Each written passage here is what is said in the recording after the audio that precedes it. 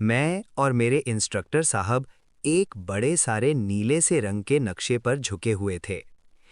مجھے اپنا ٹارگٹ سرخ پینسل سے ایک گول دائرے کی شکل میں دکھائی دے رہا تھا۔ جب ایک حوالدار چائے لے کر وہاں آیا تو ہم نقشہ سمیٹ چکے تھے۔ کمرے میں ہم دونوں کے سوا کوئی اور نہیں تھا۔ چائے کے ساتھ ہی ڈلہ بھی اندر آ گیا تھا۔ ہم تینوں نے اکٹھے ہی چائے پی تھی۔ اس اثنا میں پوسٹ پر مغرب کی اذان ہو گئی اور ہم وہیں ایک خالی قطع زمین پر بنائی ہوئی مسجد میں نماز پڑھنے لگے۔ چونکہ رینجرز کے لیے یہ امر باعث سعادت ہوتا ہے کہ وہ اپنی زیر نگرانی ایک پاکستانی مجاہد کو سرحد پار کروا رہے ہیں، اس لیے شاید مقامی پوسٹ کے حوالدار صاحب جو کہ امام تھے نے خاص طور پر قرآن پاک کی وہ آیات تلاوت کی جن میں اللہ کے نیک بندوں کی پہچان یہ بتلائی گئی ہے کہ وہ ہر وقت فتنہ کے دشمنوں سے لڑنے کے لیے کمر بستہ رہتے ہیں۔ آیات کی تلاوت اور ان کے جذباتی اور رقت انگیز لہجے کا تاثر کچھ ایسا تھا کہ جب میں نے سلام پھیرا تو میرے ارد گرد تمام مقتدیوں کی آنکھوں میں بھی آنسو جھلملا رہے تھے۔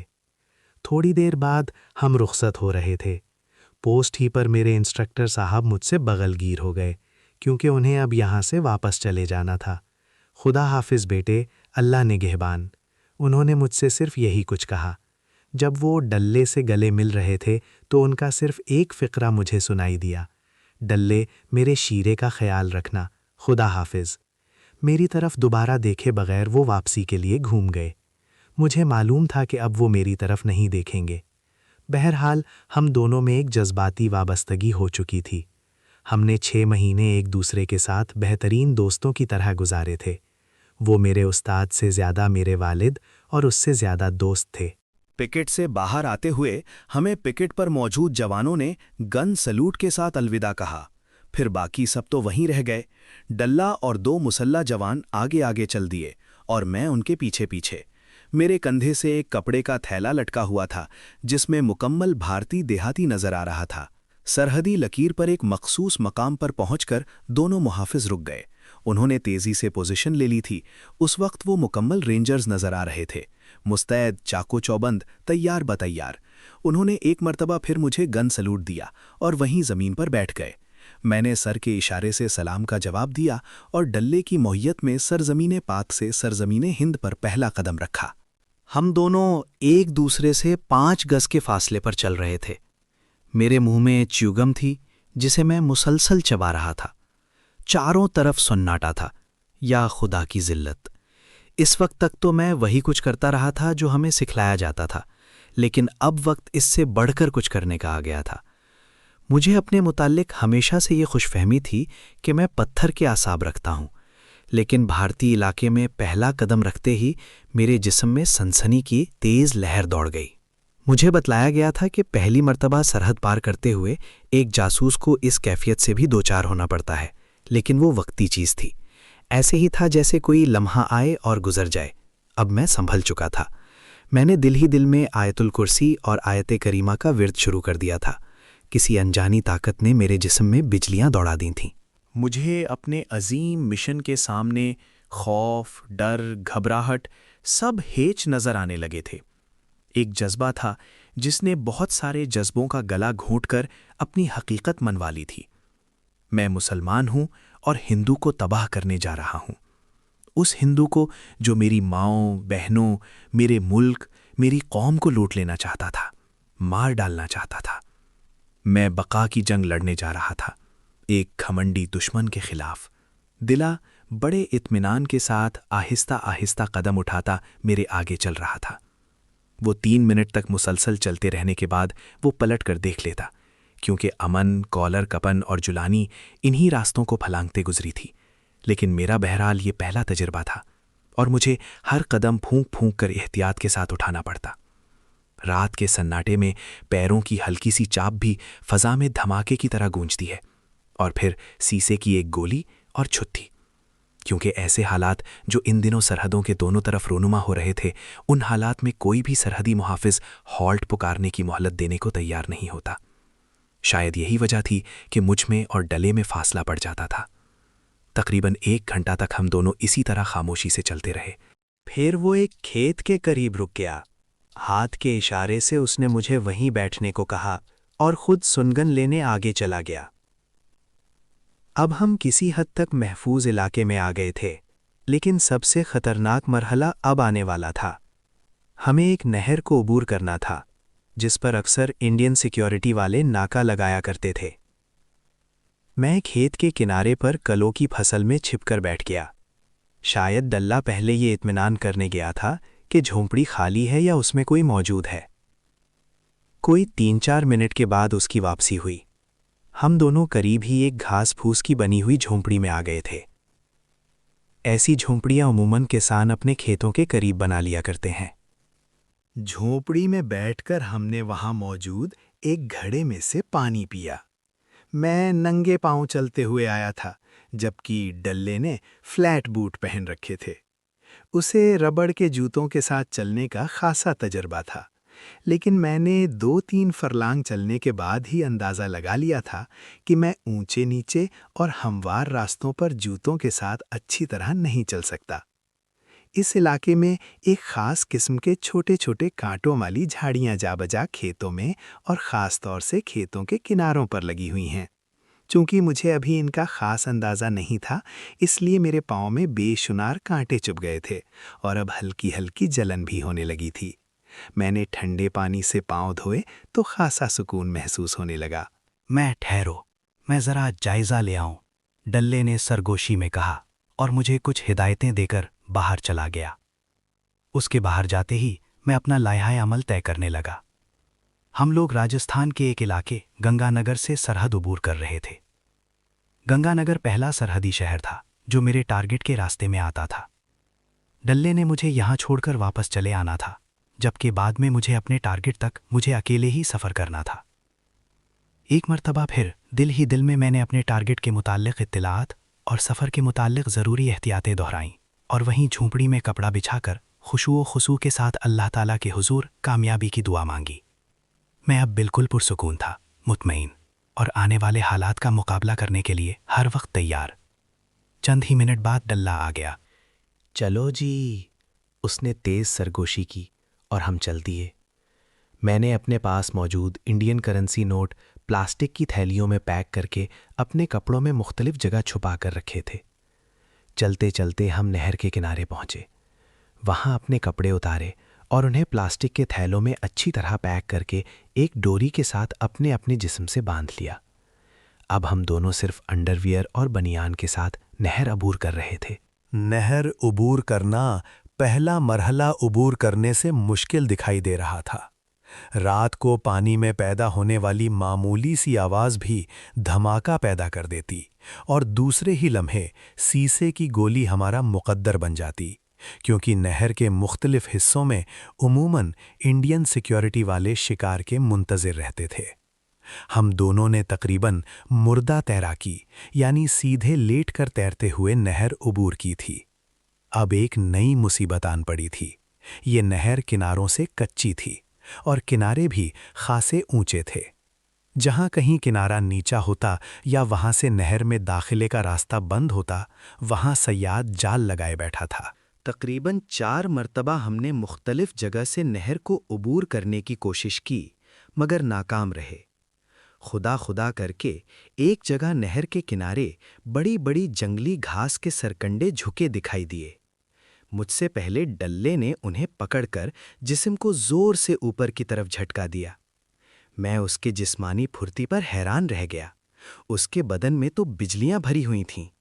ایک ہی جھٹکے میں وہ اوپر پہنچ چکا تھا۔ وہاں جا کر اس نے اپنا تھیلا کھولا اور اپنی پگڑی کو نیچے لٹکایا، جس کی مدد سے میں بھی باہر آ گیا۔ باہر آ کر مجھے علم ہوا کہ اس نے کیوں پل کی تھی۔ تیز اور نوکیلی گھاس نے اس کے ہاتھ لہو لہان کر دیے تھے۔ اسے علم تھا کہ میں نے ابھی ملک کے لیے بہت سے کام کرنا ہے، شاید اسی لیے اس نے مجھے تکلیف دینا مناسب نہیں سمجھا تھا۔ مجھے پہلی مرتبہ اس کی عظمت کا احساس ہوا۔ پگڑی کا پلو پانی میں بھگو کر میں نے اس کے ہاتھ اچھی طرح صاف کیے اور ایک ہاتھ پر کس کر پٹی باندھ دی، جس نے خون کا بہاؤ ختم کر دیا۔ وہ پٹی ڈلے نے تھوڑی دیر کے بعد ہی اتار دی۔ خواہ کسی کا میری طرف متوجہ ہونا ٹھیک نہیں، اس نے میری بات کا مختصر سا جواب دیا۔ ہم کھیتوں کے بیچوں بیچ چلے جا رہے تھے۔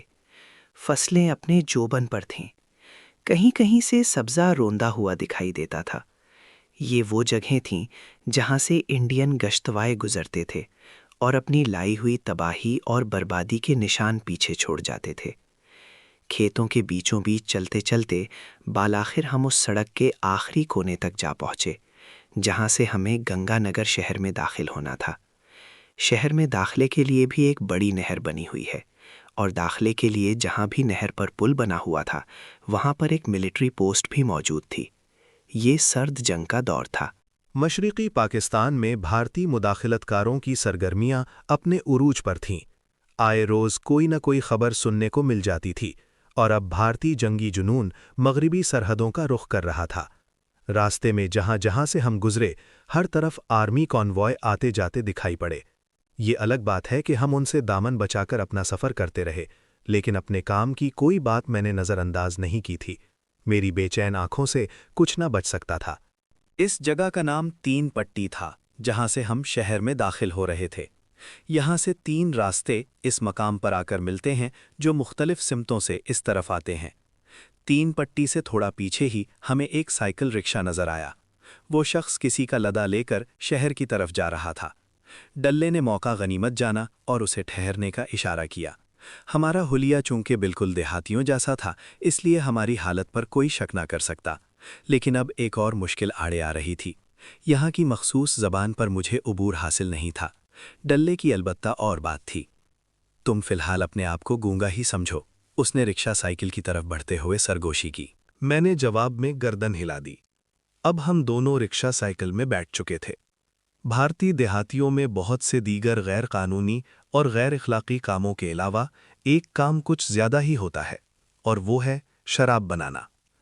ہر دیہات میں غیر قانونی طور پر شراب نکالی جاتی ہے جو شہروں میں سستے داموں فروخت ہوتی ہے، کیونکہ حکومت کے منظور شدہ ٹھیکوں سے ان کے ریٹ خاصے کم ہوتے ہیں۔ اس لیے چھوٹا طبقہ عموماً اس کار خیر کو ترجیح دیتا ہے۔ بھارت کا ہر دوسرا شہری شراب کا رسیا ہے۔ نشہ بازی کا رجحان اتنا عام ہے کہ سڑک کے کنارے جیسے ہمارے ہاں چائے کے ہوٹل بنے ہوتے ہیں، اسی طرح وہاں شراب کے ٹھیکے بنے ہوتے ہیں۔ یہاں سرکاری طور پر جاری شدہ شراب فروخت ہوتی ہے، اور ایک مخصوص احاطے کے اندر بیٹھ کر شراب نوشی کرنے کی کوئی ممانعت نہیں ہے۔ پنجابی دیہاتی معاشرے میں ایسے غیر قانونی دھندے کرنے والوں کی مدد کرنا باعث فخر سمجھا جاتا۔ ڈلے نے شاید اسی پس منظر میں پلان بنایا تھا۔ 2-3 منٹ تک گفتگو کرنے کے بعد ہی وہ رکشہ والے کو اپنے کھپ پر لے آیا تھا۔ ایک قریبی گاؤں سے اس نے اپنا رشتہ جوڑتے ہوئے وہاں کے 5-6 معتبر قسم کے بدماشوں کا حوالہ دے کر اس پر اچھا خاصا روب ڈال دیا تھا۔ مہاراج جی، ہم تو داس ہیں، آپ کے مرید ہیں، ابھی ہو شہر پہنچ جائیں گے۔ عموماً سائیکل رکشہ کو ہی اس غیر قانونی شراب کے منتقلی کے لیے استعمال کیا جاتا، اور ایسے لوگ اچھے خاصے پیسے کما لیتے۔ ڈنلے نے اسے یہی لالچ دیا تھا کہ وہ اس کے ذریعے کام کروائے گا۔ 3 پٹی پر ہم بھی پہلے سے لگی قطار میں کھڑے ہو گئے۔ سائیکل رکشہ والے نے ہمیں دودھ کا مالک بتایا تھا، اور وہاں موجود گورکھا فوجیوں نے سوائے دلے کے نام اور گاؤں کے نام کے کچھ نہ پوچھا تھا۔ یہ مرحلہ بھی بخیر و خوبی طے ہونے پر میں نے خدا کا شکر ادا کیا۔ اب ہم لوگ گنگا نگر شہر میں داخل ہو رہے تھے۔ بھارتی شہری زندگی کا پہلا نمونہ ہی اتنا کراہت انگیز تھا کہ میں نے پاکستان بننے پر خدا کا لاکھ لاکھ شکر ادا کیا۔ بھارتی مخلوط معاشرہ بڑی تیزی کے ساتھ پستی کی منزلیں طے کر رہا تھا۔ عام وہات جو کبھی عزت و غیرت کا مسکن ہوتے تھے، وہاں بے حیائی پوری طرح رواج پا چکی ہے۔ عورت اور مرد کے غیر اخلاقی تعلقات اور اس کے بدترین نتائج اپنے عروج پر ہیں۔ شہروں میں بھی جگہ جگہ ایسے ہی مناظر دیکھنے کو ملتے تھے۔ یوں لگتا تھا جیسے مسلمانوں کے جاتے ہی ہندو سکھ معاشرہ اپنی اصلیت پر آ گیا ہے۔ جب ایک سرحدی اور معمولی شہر کا یہ حال ہے تو آگے بڑے شہروں کا کیا حال ہوگا، اس کا اندازہ مجھے بخوبی ہو گیا۔ رکشہ والے نے ہمیں شہر کے عین درمیان لاری اڈے کے نزدیک اتارا تھا۔ ہمارے لاکھ ضد کرنے کے باوجود اس نے ہم سے کرایہ نہیں لیا تھا۔ وہ تو ہمیں چائے پلانے پر بھی تلا ہوا تھا، لیکن یہ زیادتی تھی۔ میں نے اور دلے نے اسے زبردستی اپنے ساتھ ناشتہ کروا لیا اور اگلی صبح ملاقات کا وعدہ کر کے اس سے الگ ہو گئے۔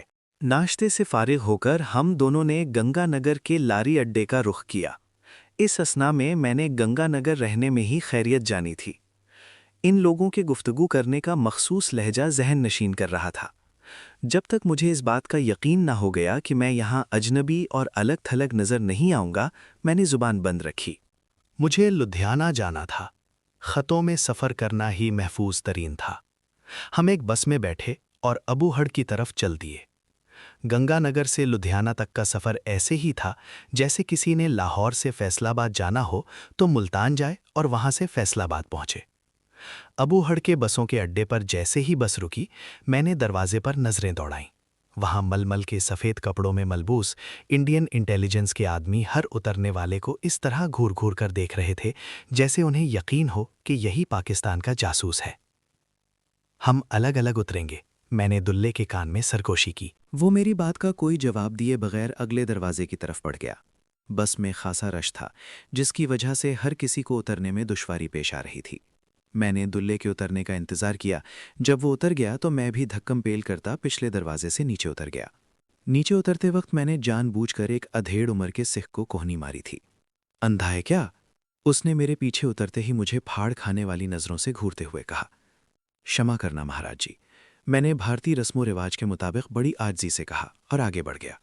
میرے اس عمل سے کم از کم میں ان دونوں شکاری کتوں کی نظروں کا سامنا کرنے سے محفوظ ہو گیا جو چاروں طرف جال پھیلائے شاید میرے ہی منتظر تھے۔ دلے کے لیے یہ معمول کی بات تھی۔ وہ حالات سے لاپرواہ لاری سے کچھ فاصلے پر بنے ایک کھوکھے سے بیڑیاں خرید رہا تھا۔ میں بھی اس کے نزدیک پہنچا۔ اس نے مجھ سے بات کرنا تو ایک طرف، میری طرف دیکھنا بھی گوارا نہیں کیا تھا اور اپنے آپ میں مگن رہا۔ میں بھی اس کے رویے کا مطلب بخوبی جان چکا تھا، اس لیے میں نے بھی اس سے پہلے ہی سگریٹ کی ایک ڈبیا خرید کر وہاں سے ہٹ جانا ہی مناسب سمجھا۔ وہ آہستہ آہستہ اڈے سے باہر کی طرف چل دیا۔ میں بھی کچھ فاصلے سے اس کے تعاقب میں روانہ ہو گیا۔ اس امر کی ہم دونوں ہی نظر رکھے ہوئے تھے کہ کوئی ہم دونوں میں سے کسی کا تعاقب تو نہیں کر رہا۔ تقریباً 2 فرلانگ چلنے کے بعد جب دلے کو اس بات کا یقین ہو گیا کہ ہم محفوظ ہیں تو وہ ایک جگہ کھڑا ہو گیا۔ اس طرف لوگوں کی آمد و رفت کم ہی تھی، پھر بھی میں نے خطرہ مول لینا مناسب نہ سمجھا۔ ست سری اکال جی، میں نے اس کے قریب پہنچ کر ہاتھ جوڑتے ہوئے کہا۔ اس نے بھی جواب میں اسی خوبی سے وہی عمل دہرایا کہ میں اس کی شاندار ایکٹنگ پر حیران رہ گیا۔ دور لوگوں کی بات تو چھوڑیے، خود مجھے بھی اس کا یقین ہونے لگا کہ ہم کافی عرصہ بعد پہلی مرتبہ ملے ہیں۔ ایک دوسرے کی خیریت دریافت کرتے ہوئے ہم پلاؤ ڈائیو ہوٹل کے قریب پہنچ گئے۔ بھارت میں عموماً 2 قسم کے ہوٹل پائے جاتے ہیں، ایک تو ان لوگوں کے لیے جو ویجیٹیرین یعنی سبزیاں کھانے والے ہیں، اور دوسرے ان کے جو میٹ کھانے والے ہیں۔ مسلمانوں کی گوشت خوری چونکہ مشہور ہے، اس لیے ہم لوگ ایسے ہوٹلوں میں جانے کا رسک کم ہی لیا کرتے ہیں، خواہ وہاں حلال گوشت ہی کیوں نہ فروخت ہو رہا ہو۔ میں نے سرسری نظروں سے جائزہ لیا۔ ہوٹل کے باہر لکھا تھا پریم ویشنو ڈھابا۔ ویشنو وہ لوگ ہوتے ہیں جو انڈا گوشت وغیرہ نہیں کھاتے، اور ایسے معمولی درجے کے ہوٹل عموماً ڈھابا کہلاتے ہیں۔ دلے نے جان بوجھ کر اس جگہ کا انتخاب کیا تھا کیونکہ یہاں عموماً غریب لوگ ہی کھانا کھاتے ہیں اور ایسے ڈھابے زیادہ مشتبہ بھی نہیں ہوتے۔ پریم ویشنو ڈھابے کے ایک کونے میں رکھی میز پر بیٹھ کر ہم نے آلو مٹر کا آرڈر دیا، اور جیسے ہی ایک میلے کچیلے کپڑوں والا ہوٹل کا ملازم زنگ آلود 3 چینی کی پلیٹوں میں کھانا وہاں رکھ کر گیا، ہم دونوں ہی کھانے پر ٹوٹ پڑے۔ رات بھر کے پیدل سفر اور تھکاوٹ نے برا حال کر دیا تھا۔ ایک اجنبی ملک، اجنبی ماحول، قدم قدم پر گرفتاری اور موت کا خطرہ۔ میں اپنی حد تک تو یہی کہوں گا کہ میں اپنے ذہن اور جسم کی تمام تر صلاحیتوں کو بروئے کار لا رہا تھا۔ شاید یہی وجہ تھی کہ جیسے ہی ہمیں ذرا محفوظ ہونے کا احساس ہوا، شدید تھکاوٹ محسوس ہونے لگی۔ میں آپ سے الگ ہو رہا ہوں، اللہ تعالیٰ آپ کا مشن کامیاب کرے، دلے نے گفتگو کا آغاز کیا۔ آمین، ہم دونوں کے منہ سے اکٹھے ہی نکلا۔ اس نے ایک مرتبہ پھر مجھے راستوں کی پیچیدگی سے آگاہ کیا، لاریوں اور بسوں وغیرہ میں سفر کے آداب کے متعلق آگاہی دی، اور پنجاب کے مختلف علاقے کے لوگوں کی عادات سے آگاہ کیا۔ گو کہ ان باتوں کا مجھے پہلے سے علم تھا، پھر بھی میں بڑی توجہ کے ساتھ اس کی باتیں ذہن نشین کر رہا تھا۔ اچھا دوست، فی امان اللہ، اس نے گفتگو سمیٹتے ہوئے کہا۔ وہ وہیں رہ گیا، میں باہر نکل آیا۔ ہمارے الگ ہونے کا یہی طریقہ سب سے بہتر تھا۔ نہ اسے میری منزل کا علم تھا، نہ مجھے اس کے ٹھکانے کی خبر۔ اب میں تھا اور خدا کی ذات، میرا عزم تھا اور اس کی نظر کرم۔ پھر ڈھابے سے باہر قدم رکھنے سے پہلے ہی میں ذہنی طور پر عام حالات کا مقابلہ کرنے کے لیے بالکل تیار ہو چکا تھا۔ ساری تھکاوٹ نہ جانے کہاں غائب ہو گئی تھی اور میں اپنے آپ کو بالکل چست اور ہوشیار محسوس کر رہا تھا۔ بسوں کا اڈا یہاں سے زیادہ دور بھی نہیں تھا، لیکن میں نے سائیکل رکشا پر ہی جانے کو ترجیح دی۔ سائیکل رکشا سے میں لاری اڈے کے باہر ہی اتر گیا۔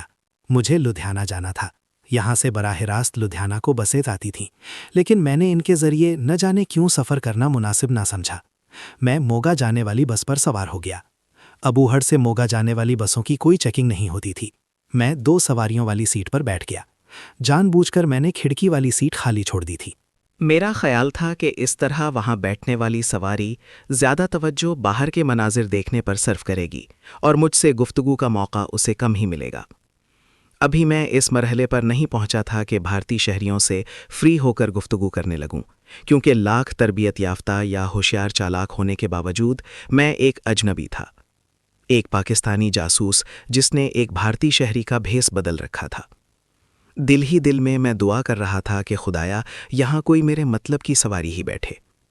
میری دعا قبول ہوئی اور میں نے ایک سکھ نوجوان کو دیکھا جس کی عمر بمشکل 17-18 سال تھی اور شکل سے ہی عقل سے کورا دکھائی دے رہا تھا۔ وہ کھڑکی کے قریب خالی جگہ دیکھ کر وہیں آ بیٹھا۔ اس کے بیٹھنے کے چند منٹ بعد ہی لاری چل دی۔ کہاں جاؤ گے بھائی؟ میں نے خود ہی گفتگو کا آغاز کیا۔ موگا، اس نے میری بجائے دائیں ہاتھ والی سیٹ پر بیٹھی لڑکی پر نظریں جماتے ہوئے جواب دیا۔ یار جانا تو مجھے بھی وہیں ہے، پر میں پہلی مرتبہ جا رہا ہوں۔ کیا تم وہیں کے رہنے والے ہو؟ ہاں، اس نے ابھی تک میری طرف دیکھنے کی زحمت گوارا نہیں کی تھی، بلکہ نہ جانے کیسے مجھے اس بات کا احساس ہو گیا کہ عورت کا خاوند اس کے ساتھ نہ صرف موجود ہے بلکہ کھٹی میٹھی نظر سے اس کی طرف کھانے والی نظروں سے دیکھ بھی رہا ہے۔ اب وہ میری طرف متوجہ ہوا۔ کہاں جائیں گے آپ؟ Regal cinema. میں بتا دوں گا آپ کو، میرے گھر کے نزدیک ہی ہے۔ دراصل میرا چچا زاد وہاں مشین آپریٹر ہے، اسی سے ملنے جا رہا ہوں۔ میں نے اپنی دانشت میں اس کی کمزور رگ پر ہاتھ رکھا، کیونکہ یہاں کی گلیمر سے بھرپور فضا دیکھ کر میں نے یہاں کے نوجوانوں کے جذبات کا بخوبی اندازہ لگا لیا تھا۔ کہاں رہتے ہیں آپ؟ سنیما کے حوالے سے گفتگو کے جواب میں اس کی دلچسپی نے مجھے یقین دلا دیا تھا کہ تیر نشانے پر لگا ہے۔ میں گنگا نگر رہتا ہوں، وہ لدھیانہ رہتا ہے۔ میں آپ کو ان کے پاس لے چلوں گا۔ دھنیہ واد، شکریہ، میں نے کہا۔ موگا پہنچنے تک ہم دونوں بڑے اچھے دوست بن چکے تھے۔ اس اثنا میں راستے میں جہاں کہیں بھی بس ٹھہرتی، وہ حسب توفیق کچھ نہ کچھ چھابڑی فروشوں سے خریدتا اور مجھے بھی ساتھ شامل کر لیتا۔ شام کو ہم موگا پہنچ گئے۔ اب اس سے جان چھڑوانے کا مسئلہ درپیش تھا۔ راستے میں نے اس کی مدد سے موگا کا سارا نقشہ حفظ کر لیا تھا۔ اچھا سردار جی، مجھے ایک ضروری کام کرنا ہے۔ کل آپ 12 بجے والے شو پر مجھے ریگل سنیما کے دروازے پر اپنا منتظر پائیں گے۔ گونیار یاروں کا یار ہے۔ ایک دفعہ تمہارا تعارف کرا دوں گا، ساری زندگی تمہیں موگا میں سنیما کی ٹکٹ نہیں خریدنی پڑے گی۔ اتنا کہہ کر میں نے اسے سوچنے کا موقع ہی نہ دیا اور ست سری اکال کہہ کر پھرتی سے لاری اڈے کی بھیڑ میں غائب ہو گیا۔ اب میرا جسم شدت سے آرام کا تقاضا کر رہا تھا۔ مسلسل سفر نے تھکا ڈالا تھا اور آنکھوں میں جلن کے ساتھ ساتھ سردرد نے بھی برا حال کر دیا تھا۔ اس صورت میں سفر جاری رکھنا خواہ بخار کو دعوت دینا تھا۔ میں نے جیسے تیسے اڈے سے باہر بنی ریلوے لائن عبور کی۔ اب میں موگا کے مین بازار میں داخل ہو رہا تھا۔ یہیں ایک معمولی سے ہوٹل کو میں نے اپنی شب بسری کے لیے منتخب کیا۔ شام کے تقریباً 6:45 بجے میں کرتار ہوٹل میں داخل ہوا۔ اس ہوٹل کا مالک ایک ریٹائرڈ ڈی ایس پی تھا اور مجھے بعد میں علم ہوا کہ وہ پولیس کا خاص اڈا بھی تھا۔ موگا ایک قصبہ نما چھوٹا سا شہر ہے۔ اس کے علاوہ یہاں 1-2 ہوٹل ہی تھے، لیکن یہ بھی عجیب بات تھی کہ میں سب سے پہلے پہنچا ہی اس ہوٹل میں تھا۔ ہوٹل کے نیچے ایک ہال کمرہ تھا جس کے اوپر 3-4 کمرے بنے ہوئے تھے، جن کی چھتیں ساتھ کے دوسرے مکانوں سے ملی ہوئی تھیں، بالکل ایسے ہی جیسے ہمارے اندرون شہر مکانات ہوتے ہیں۔ کہاں سے آئے ہیں مہاراج؟ ہال کمرے کے ایک کونے میں شو کیس کے پیچھے کرسی پر بیٹھے ایک ہسمکھ داڑھی والے سکھ نے مجھ سے پوچھا، جس کا چہرہ شو کیس پر رکھے مٹھائی کے تھالوں کے پیچھے چھپا ہوا تھا۔ شو کیس جس سے وہ کاؤنٹر کا کام بھی لے رہا تھا، اس کے ایک کونے میں اردو اخبار ہند سماچار رکھا ہوا تھا۔ مشرقی پنجاب میں ادھیڑ عمر کے زیادہ تر سکھ اردو اخبارات ہی پڑھتے ہیں، اس لیے اس وقت میرے ذہن میں کوئی شک پیدا نہ ہوا، اور یہی میری غلطی تھی جس کا خمیازہ مجھے بعد میں بھگتنا پڑا۔ جالندھر سے آئی، محلہ مکان نمبر 34۔ میں نے رٹا رٹایا ایڈریس رجسٹر پر لکھوا دیا۔ یہاں اپنے دستخط کر دیں۔ اس نے 2-4 سوالات پوچھنے کے بعد بالآخر رجسٹر میرے سامنے رکھ دیا۔ میں تو ان پڑھ ہوں سردار جی۔ ٹھیک ہے، انگوٹھا لگا دو۔ بھئی کیا کریں، کاروبار ہی ایسا ہے، کارروائی مکمل نہ ہو تو پولیس تنگ کرتی ہے۔ اس نے سٹیمپ پیڈ کھول کر میرے سامنے رکھ دیا۔ میں نے انگوٹھا لگا کر ضابطے کی کارروائی مکمل کی۔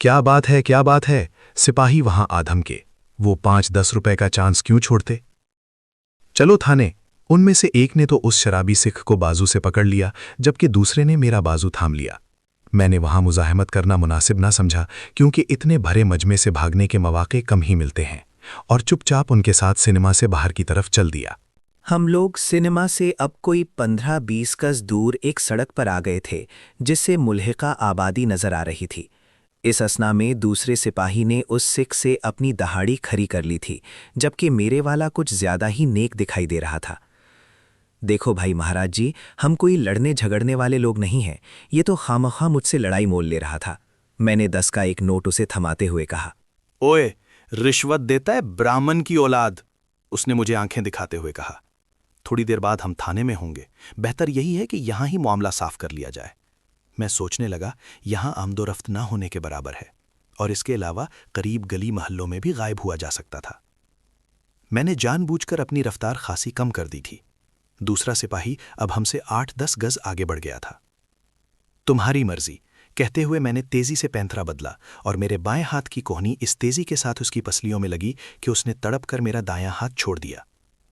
اس سے پہلے کہ وہ سنبھل سکے، میرے دوسرے ہاتھ نے بھی یہی عمل دہرایا۔ اس کے ساتھ ہی میری اس کی کنپٹی پر لگنے والی زوردار لات نے اسے زمین چاٹنے پر مجبور کر دیا۔ اذیت کے مارے اس کے حلق سے دبی دبی آواز بھی نہیں نکل رہی تھی۔ جب تک اس کا ساتھی اس کی طرف متوجہ ہوتا، میں ان کی نظروں سے اوجھل ہو کر قریبی گلی میں اندھا دھند بھاگ رہا تھا۔ شام کے سائے سست پڑنے لگے تھے اور اب اچھا خاصا اندھیرا ہو چکا تھا۔ قریبی محلے میں گھستے ہی میں نے اپنی رفتار کم کر دی۔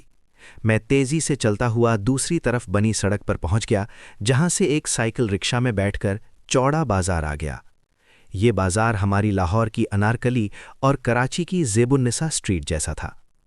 ریڈی میڈ کپڑوں کی ایک دکان سے جب میں تھوڑی دیر کے بعد نکلا تو ایک معزز اور پڑھے لکھے ہندو کی طرح میں نے سوٹ پہن رکھا تھا اور ہاتھ میں بریف کیس پکڑا ہوا تھا۔ آشرم میں سوائے ایک کپڑے کے تھیلے کے جس میں ایک میلے کچیلے کپڑوں کا جوڑا رکھا تھا، اور تھا ہی کیا۔ معزز سامعین، یہاں اس سیریز کی پہلی قسط اپنے اختتام کو پہنچی۔ اس سیریز کی اگلی اقساط سننے کے لیے ڈسکرپشن میں موجود لنکس پر کلک کریں اور بیل کا آئیکن دبائیں۔ شکریہ۔